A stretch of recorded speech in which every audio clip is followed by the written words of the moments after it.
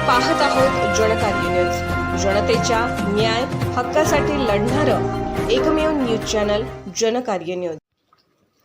कोल्हापूर गुलाब गल्लीतील अवैध LPG cylinder refilling सेंटरवर पुरवठा कार्यालयाची धडक कारवाई। कोल्हापूर शहरातील गुलाब गल्ली येथील कपिल मिठारी यांच्या घरातील अवैध एलपीजी सिलेंडर रिफिलिंग सेंटरमधून 15 घरगुती वापराचे एलपीजी सिलेंडर, वजन काटा तसेच मोटर असे अंदाजे 60,000 रुपयांचे साहित्य जप्त केल्याची माहिती जिल्हा पुरवठा अधिकारी मोहिनी चव्हाण यांनी दिली। यामध्ये 15 घरगुती वापराचे एलपीजी सिलेंडर, वजन काटा तसेच मोटर आढळली। मिठारी यांना पथकाने परवाना दाखवण्यास सांगितले असता मिठारी यांनी परवाना नसल्याचे सांगितले।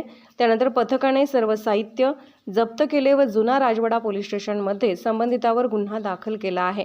यावेळी ही कारवाई पथक प्रमुख कोल्हापूर शहर अन्नधान्य वितरण अधिकारी नितीन धापसे पाटील, पुरवठा निरीक्षक भाऊसाहेब खोत, पुरवठा निरीक्षक मुकुंद लिंगम व पोलीस शिपाई राहुल कांबळे तसेच ग्राहक कल्याण दक्षता फाउंडेशन स्वयंसेवी संस्थेच्या प्रतिनिधी मेघा शर्मा व ओमकार शिंगटे तसेच जिल्हा पुरवठा अधिकारी श्रीमती चव्हाण यांनी समाधान व्यक्त करून यापुढेही शहरात अवैध एलपीजी सिलेंडर रिफिलिंग सेंटरवर कारवाई सुरू राहणार असल्याचे प्रसार माध्यमांशी बोलताना सांगितले आहे। जनकार्य न्यूजला लाईक करा, शेअर करा आणि सबस्क्राईब करा।